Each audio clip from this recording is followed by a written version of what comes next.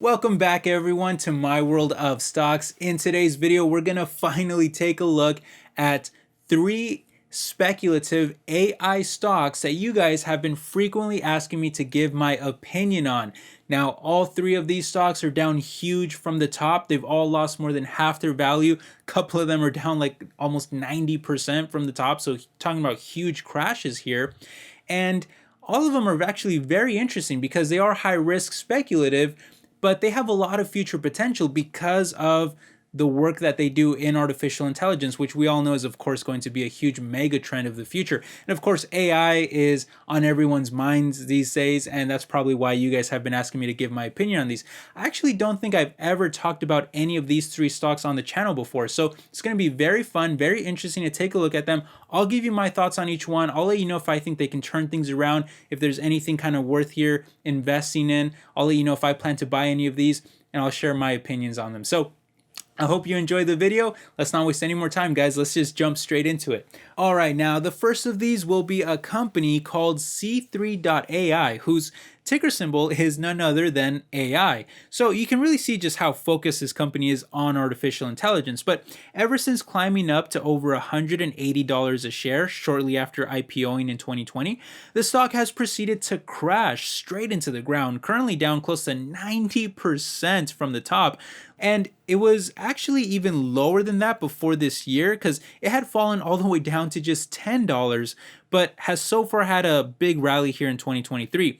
Still, it's down gigantically from the top though. And so the question is if they can maintain their momentum here and start to really recoup a lot of those losses. Well, they certainly have potential. AI may be the biggest megatrend of our lifetime, and C3 happens to be a specialist in AI software technologies, providing data analytics for any company that really needs it across a multitude of different industries. For example, a bank or financial institution might use C3's machine learning capabilities to detect fraud across a giant amount of financial data that humans would probably miss. So far, it's already shown to decrease false positive alerts by a whopping 85%, while also increasing the accuracy of suspicious activity by as much as 200%. It can also be used for smart lending to improve the efficiency and accuracy of risk monitoring and loan acceptance. It can be used by law enforcement and the military for things like greater accuracy and crime monitoring, as well as spatial awareness and strategic planning. It can even be used for large-scale asset management, like in the oil and gas sector, where they've shown that they can reduce unplanned downtime by as much as 50%, while also reducing the total maintenance costs by as much as a quarter of it. All of that is huge, by the way. If you reduce the downtime of these giant machines while also reducing costs and keeping more of your capital to be able to invest back into the business, especially on these giant oil rigs and facilities where you know that maintenance costs are just going to be like through the roof. I mean, that's huge, guys. But it doesn't even stop there. C3 has even helped with supply chain issues all around the world, which has been a lingering struggle throughout the pandemic and even post-pandemic too. And yet C3 has been able to reduce inventory levels and holding costs by as much as 35% in many cases, while also reducing shipping costs by another 15%. This is big, guys. These are improvements on just a software level. So they can easily go to these giant corporations and say, look, just run our platform and you'll immediately see huge savings. That's a really attractive selling point. And there are countless more use cases just like this. You can find a bunch of them on their website if you click on any of their various apps. And these aren't just like small little companies either. These are some of the biggest customers that include well-known entities like the US Air Force, who uses C3 to reduce the downtime of their aircraft, as well as Royal Dutch Shell, who uses C3 to maintain over 10,000 various gas-related assets as well. And again, there's many more examples just like this. As a result, though, C3 estimates that the total addressable market for AI software will reach close to $600 billion by 2025, and yet they haven't even done half of just $1 billion in all of last year, so there's still a lot of room for growth there. However, there are some major and very legitimate concerns about the stock, for which it has justifiably crashed. For one, the revenue growth is really falling heavily right now because of the horrible macroeconomy that may be headed for recession if we're not already in one, which obviously will cause businesses to spend less on products that C3 markets to them, which is why their sales growth used to be incredibly strong, doing over 70% growth in 2020, another 17% in 2021, and then almost another 40% last year. But it's now falling all the way down to just a single digits at around 5% this year, before bouncing back to 20% growth expected next year. Just as important though, their bottom line has been heavily in the red for some time, with last year being a record high in losses. I'm not personally too worried about that, as this is primarily a software based company, so over time they should theoretically start to benefit from software like margins as they mature, but it's still a pressing issue at the moment, and that's why you saw the stock crash, which despite it falling by so much, the valuation is actually still pretty darn rich at a price to sales ratio of around 9. The sector average is closer to 3. So for my blood, this is still a bit too rich here of a valuation. Now, don't get me wrong, I love what they're doing. I think they have a lot of huge future potential. And if the stock hadn't like doubled up from $10 a share, I might actually consider buying a small amount just as a small spec play. But in this kind of rising rate environment where borrowing money is so much more expensive, just really don't think the market wants to see these types of companies that are losing so much on the bottom line. I'm going to hold off on this one because I already own a lot of speculative kind of unprofitable stocks as it is. So I'm not in any hurry to own this one. I like what they're doing. I'll keep a very close eye on it, but I'm not buying it at the moment. All right, now moving on to the second stock, another one I get asked frequently to comment on is actually my favorite of the entire bunch today, but that's going to be Lemonade, ticker symbol LMND, who after climbing to a high of almost $200 a share about a year after IPOing, they proceeded to crash all the way down to now trading for almost the single digits, which is pretty crazy. Guys, this is a crash of well over 90%. And even this year so far, it's still falling close to 10% year to date. So it's not even seeing like the rebound that C3 is having.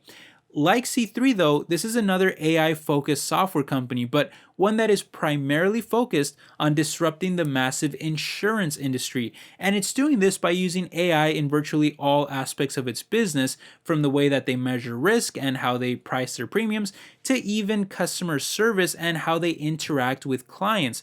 And I'll give you some examples here for each of those. First of all, they just recently launched their most advanced AI model to date called LTV6, which stands for Lifetime Value 6, and it's being used to run a ton of different metrics through its machine learning algorithms to calculate and estimate the likelihood that a customer will file a claim or purchase multiple products or even switch insurers.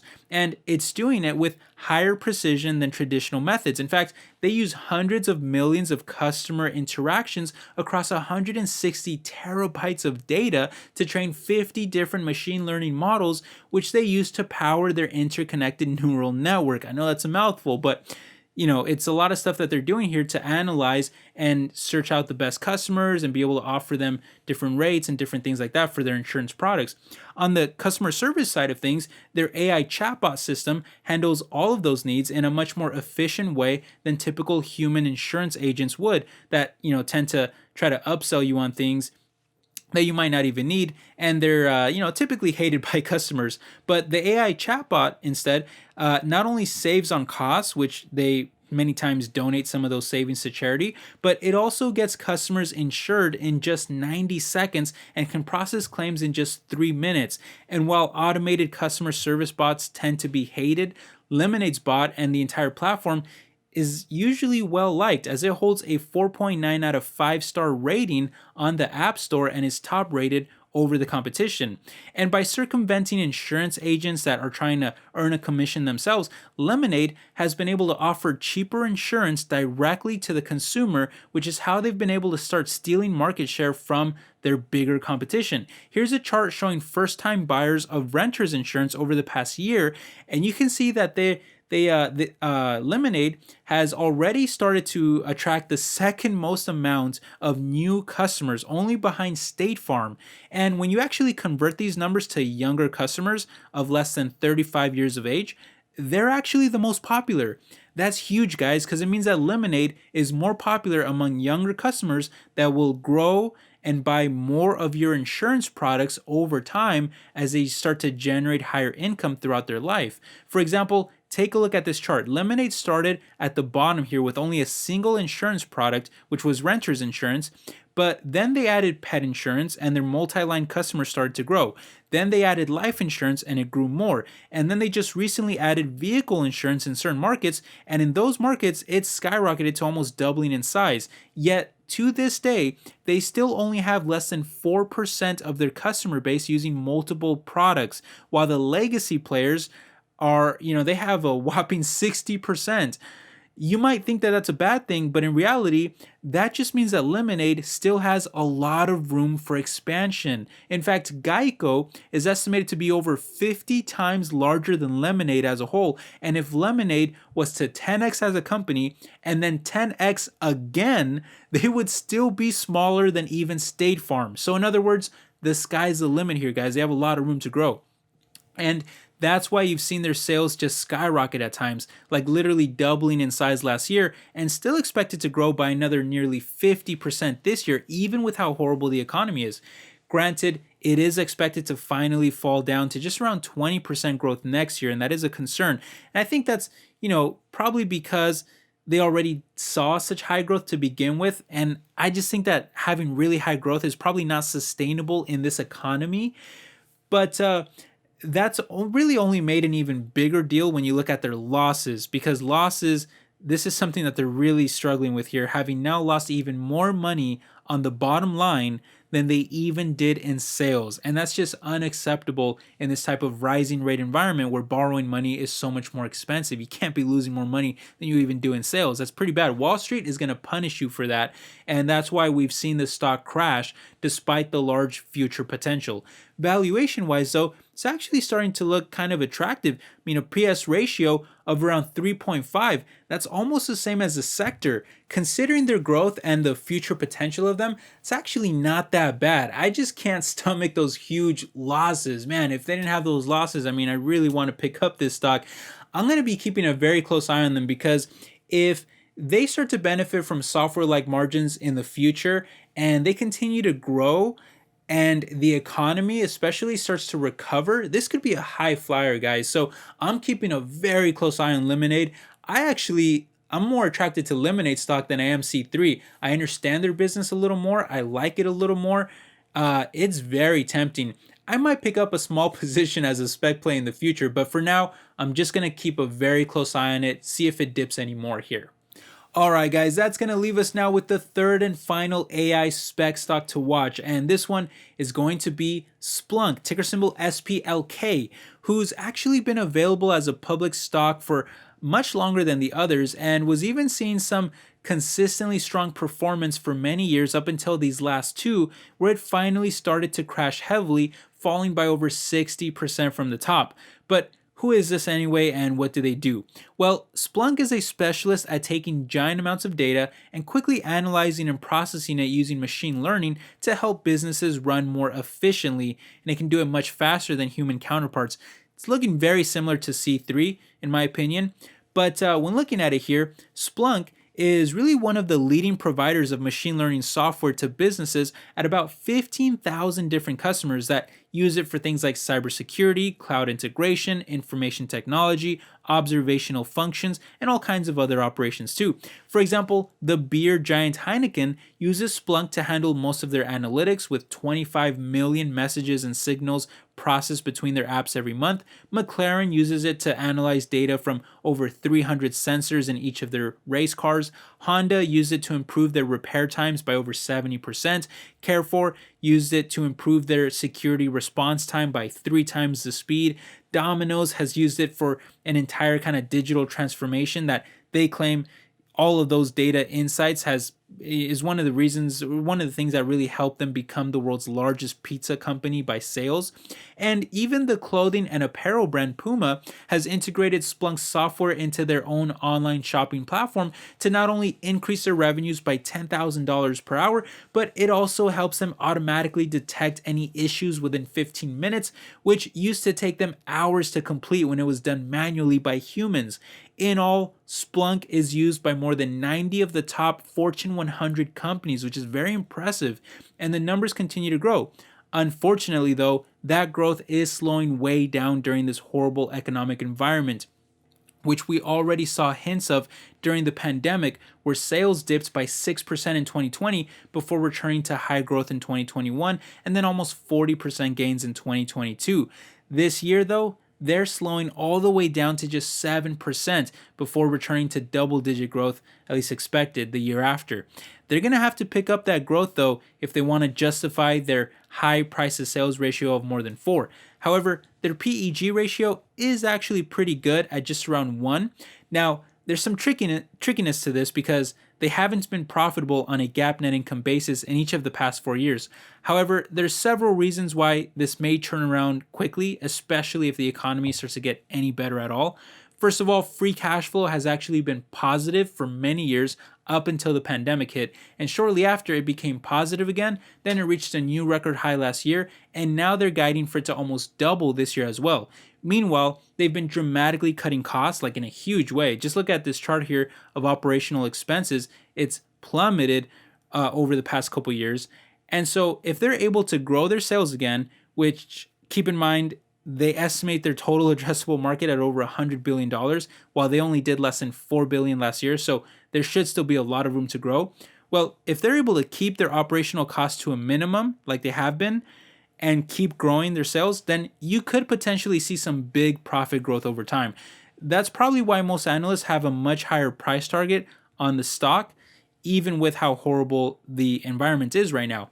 Overall, though, if I was forced to rank these three, I think I would have it Lemonade, C3, and then Splunk. And that's also a bit of in terms of how much I understand the business. But just in general, I really like what Lemonade's doing. I think they have a lot of future potential. Obviously, I hate the losses, but the other two are struggling in that area as well. And I just really feel that C3 and Splunk, I see a lot of competition in terms of what they do. And I also feel that their valuations are pretty high. So overall, I think all three of them have a lot of future potential if they are able to turn things around and, of course, if the economy improves. But if I was forced to buy one, it would probably be Lemonade. I'm just going to be keeping a very close eye on them for now, though, especially Lemonade. That's the one that I do kind of like here. But anyway, those are just my thoughts. What do you guys think? Do you own any of these? Are you thinking about picking any of these up? Do you agree with me on my ranking here? You think Lemonade is the most attractive? Why or why not? I'd love to hear your thoughts. But I hope you enjoyed the video either way, and I will catch you in the next video, my friends. I hope you're all doing well. Take care, everybody. Bye-bye.